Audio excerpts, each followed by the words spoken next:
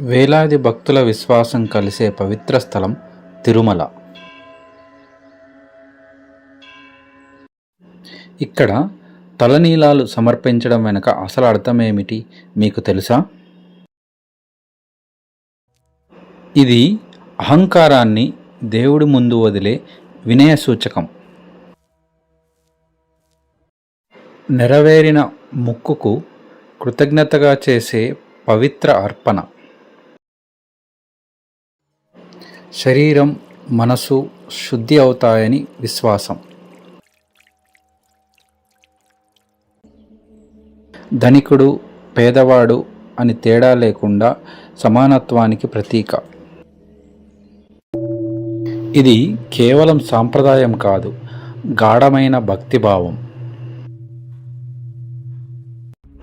అందుకే తలనీలాల సమర్పణ దైవానికి మనసు అర్పణ.